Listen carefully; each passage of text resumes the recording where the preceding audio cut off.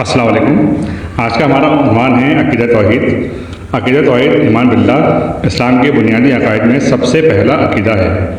عقیدے کا لفظ عقد سے ماخوذ ہے، جس کے لفظی معنی ہیں مضبوط گرہ لگانا۔ عقیدے سے مراد وہ خیالات و افکار ہیں جن پر انسان پختہ یقین رکھتا ہو، جو انسان کے کردار اور رویوں پر اثر انداز ہوتے ہیں۔ توحید کے لغوی معنی ہیں ایک جاننا اور ایک ماننا ہے۔ دین کی اصطلاح میں عقیدہ توحید کا مطلب ہے کہ اس کائنات کا خالق و مالک مختار کل صرف اللہ تعالیٰ ہے، جو ازل سے اور اب تک رہے گا، جس کی نہ ابتدا ہے اور نہ انتہا، اور نہ کبھی اس پر فنائیت آئے گی۔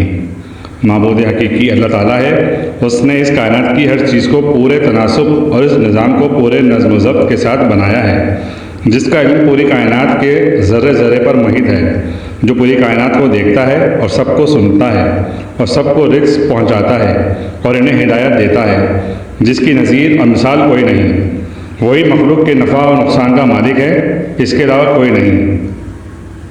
وہی ہے موت کے بعد دوبارہ ہمیشہ ہمیشہ کی زندگی دینے والا۔ وہ ذات صرف ایک ہے، اس کے ساتھ کوئی شریک نہیں۔ اس عقیدے کو دل کے پختہ یقین کے ساتھ ماننا، بوقت ضرورت اس کا زبان سے اظہار و اقرار کرنا عقیدہ توحید کہلاتا ہے۔ قرآن مجید میں جا بجا توحید کی تعلیم دی گئی ہے، خصوصاً سورہ اخلاص میں توحید مطلق کو نہایت ہی جامع انداز میں اس طرح بیان کیا گیا ہے: قل هو اللہ احد اللہ الصمد لم یلد ولم یولد ولم یکن لہ کفوا احد، جس کا ترجمہ ہے کہو کہ وہ معبود برحق اللہ ایک ہے، وہ ایک ہے، اللہ بے نیاز ہے، وہ نہ کسی کا باپ ہے اور نہ کسی کا بیٹا اور کوئی اس کا ہمسر نہیں۔ کلمہ طیبہ کا پہلا جزو لا الہ الا اللہ ہے، جو اسی عقیدے کی عکاسی کرتا ہے۔ توحید کو اللہ تعالیٰ نے دین کی بنیاد، اس کا پہلا رکن قرار دیا ہے۔ حضور اقدس صلی اللہ علیہ وسلم نے فرمایا، جس کا ترجمہ ہے لا الہ الا اللہ کہہ دو کامیاب ہو جاؤ گے۔ یہی تمام عبادات کا نچوڑ ہے، جس کے بغیر نیکی قبول ہی نہیں کی جاتی۔ نیک اعمال چاہے پہاڑوں کے برابر ہوں، عقیدہ توحید کے بغیر بالکل غارت ہو جائیں گے۔ حضرت آدم علیہ السلام سے لے کر اللہ تعالیٰ کے آخری نبی حضرت محمد مصطفیٰ صلی اللہ علیہ وسلم تک جتنے بھی انبیاء کرام علیہ السلام دنیا میں تشریف لائے ہیں، سب نے لوگوں کو توحید کی دعوت دی، اور عقیدہ توحید ہی تمام نبیوں کی عملی زندگی میں بنیادی اصول، رکن، ستون کا درجہ رکھتا ہے۔ توحید ہی تمام انبیاء کرام علیہ السلام کی دعوت کا نقطہ آغاز تھا، اور ہر نبی رسول نے ایک ہی کلمہ پڑھا، لا الہ الا اللہ، اور آخری نبی حضرت محمد مصطفیٰ صلی اللہ علیہ وسلم نے بھی اسی وحدہ لا شریک کی طرف ہی بلایا۔ اللہ تعالیٰ نے انسان کی کامیابی کا مدار ایمان اور عمل صالحہ پر رکھا۔ ارشاد باری تعالیٰ ہے، جو ایمان لائے اور نیک عمل کرتے رہے ان کے لیے بخشش اور بڑا ثواب ہے۔ صفات باری تعالیٰ اللہ تعالیٰ کی ذات عالیہ بہت ساری صفات کمالیہ اور صاف حمیدہ سے موصوف ہے۔ اس کی صفات اس کی ذات کی مانند ہے، وہ اس کی ذات کی طرح ازلی ابدی ہیں۔ ترجمہ ہے ایک آیت کا، اللہ کے سب نام اچھے ہیں، تو اسی کو انہی ناموں سے پکارا کرو۔ ان میں سے کچھ یہ ہیں: هو اللہ الآخر، وہی اول ہے، وہی آخر ہے۔ اس کا مطلب ہے کہ پہلے کچھ نہیں تھا اور وہ موجود تھا، اور کچھ آخر میں نہیں ہوگا، مگر وہ موجود ہوگا، وہ ہمیشہ سے ہے، تا ابد رہے گا، کسی نے اسے پیدا نہیں کیا۔ الحی، یہ وہ صفت ہے جس سے اس کا وجود، بقا، دوام، ازلیت اور بے زوالی ظاہر ہوتی ہے۔ القدیر و قادر، قدرت والا، یہ وہ صفت ہے جس سے اس کی قدرت کی وسعت کا اظہار ہوتا ہے۔ الخالق، پیدا کرنے والا، وہ خالق ہے، یعنی اس نے تمام کائنات کو پیدا کیا اور عدم سے وہ وجود میں لایا۔ اللہ خالق کل شیء، اللہ ہر چیز کا خالق ہے۔ العلیم، سب کچھ جاننے والا ہے، وہ علیم ہے، یعنی وہ ہر بات، ہر کام، ہر حرکت کو جانتا ہے۔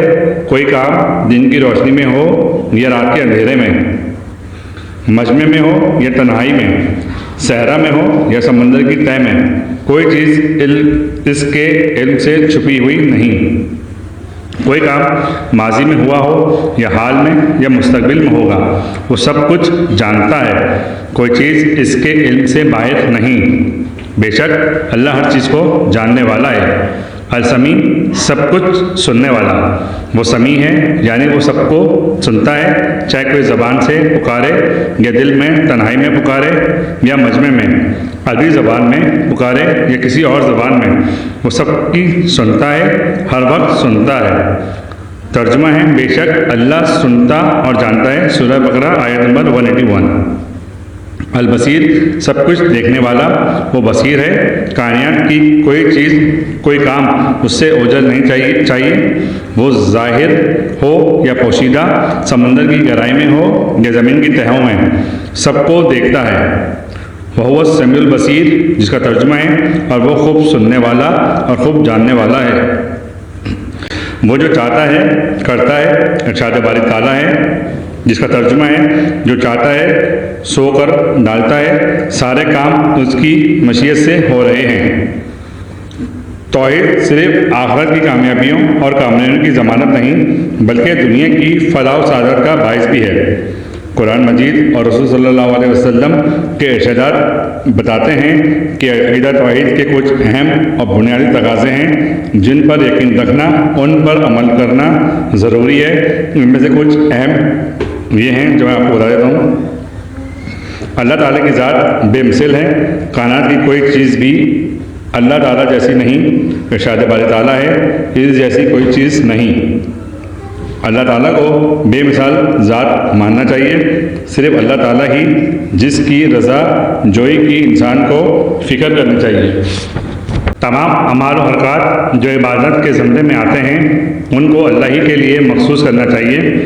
چنانچہ ارشاد باری تعالیٰ ہے، ترجمہ، اس کے سوائے کسی کی عبادت نہ کرو، سجدہ اسی کو کیا جائے گا، نظریں اور منتیں اسی کے لیے مانی جائیں گی، دعائیں مناجات اس سے کی جائیں گی، پناہ اسی سے مانگی جائے گی، غیبی امداد کے لیے صرف اسی کو پکارا جائے گا۔ تمام جذبات و احساسات بھی اللہ کے لیے ہی مخصوص کیے جائیں جن میں عبادت کی روح پائی جاتی ہے، جیسے حمد و شکر، امید، توکل، خوف، تقوی اور حقیقی محبت و عقیدت، خشیت، خشوع و خضوع وغیرہ۔ اس پوری کائنات کا حقیقی مقتدر اعلیٰ صرف اللہ کو ماننا چاہیے۔ حکم دینے اور منع کرنے حق صرف اسی کو ہے۔ حقیقی شارع اور قانون ساز بھی صرف وہی ہے۔ مخلوق کی زندگی کا قانون متعین کرنے، اسے معاف کرنے یا سزا دینے کا حق صرف اسی کو ہے۔ اللہ تعالیٰ کی بھیجی ہوئی ہدایات اور امر و نواہی کے مطابق اس دنیا کی زندگی بسر کی جائے۔ اللہ تعالیٰ پر کسی کی ساری صفات کے ساتھ ایمان لانا۔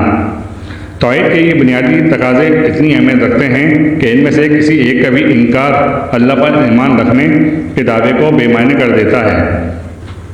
اس کا مطلب ہے کہ یہ ساری باتیں عقیدہ توحید کی اصل مفہوم میں شامل ہیں، اور کوئی شخص اس وقت تک صحیح معنوں میں مسلمان ہو ہی نہیں سکتا جب تک کہ وہ اس عقیدے پر پورے مفہوم کے ساتھ ایمان نہ لائے۔ جب عقیدہ توحید دل و دماغ میں راسخ ہو جاتا ہے تو اس کی شخصیت میں کچھ اثرات ثمرات نمایاں ہوتے ہیں۔ اسلامی عقائد کا اثر انسان کی عملی زندگی پر بھی پڑتا ہے، انسانی سیرت و کردار اور اعمال و اخلاق کو سنوارتے ہیں۔ عقیدہ توحید کا نمایاں اثرات جو انسانی زندگی پر پڑتے ہیں، ذات باری تعالیٰ اس کے اسماء صفات پر ایمان سے بندے کے دل میں اللہ کی محبت و تعظیم پیدا ہوتی ہے، جس کے نتیجے میں وہ امر الہی پر کاربند ہوتا ہے اور نواہی سے احتراز کرتا ہے۔ اللہ تعالیٰ کے احکام پر کاربند لینا اور منہیات سے اجتناب ہی فرد اور معاشرے کے لیے دنیا و آخرت میں کمال سعادت ہے۔ انسان کو حریت و آزادی کا بلند ترین مقام عطا کرتا ہے۔ انسان کے اندر پرہیزگاری، خودداری اور عزت و نفس کے اوصاف پیدا کرتا ہے۔ انسان میں عجز و انکساری پیدا کرتا ہے۔ وسعت نظری کی وجہ سے تمام مخلوق کو محبت اور پیار سے دیکھتا ہے، اس لیے کہ یہ اللہ تعالیٰ کی مخلوق ہے۔ انسان میں استقامت و بہادری، قناعت، بے نیازی، عزم و حوصلہ، صبر و توکل کی طاقت عطا کرتا ہے۔ جس کی وجہ سے دنیا کی مصیبتوں کا جوان مردی سے مقابلہ کرتا ہے۔ اللہ تعالیٰ کی رحمت پر پورا یقین ہونے کی وجہ سے بھی وہ کبھی بھی مایوس اور نا امید نہیں ہوتا، بلکہ وہ نڈر ہو کر اعلیٰ کلمت اللہ کے لیے جہاد بالسیف کرتا ہے اور موت سے نہیں ڈرتا ہے۔ انسان میں بنی نوع انسان کی وحدت اور مساوات کا تصور پیدا کرتا ہے۔ آج کا ٹاپک ہمارا یہاں ختم ہوتا ہے۔ نیکسٹ ٹاپک تک کے لیے مجھے اجازت دیجیے گا۔ السلام علیکم ورحمۃ اللہ۔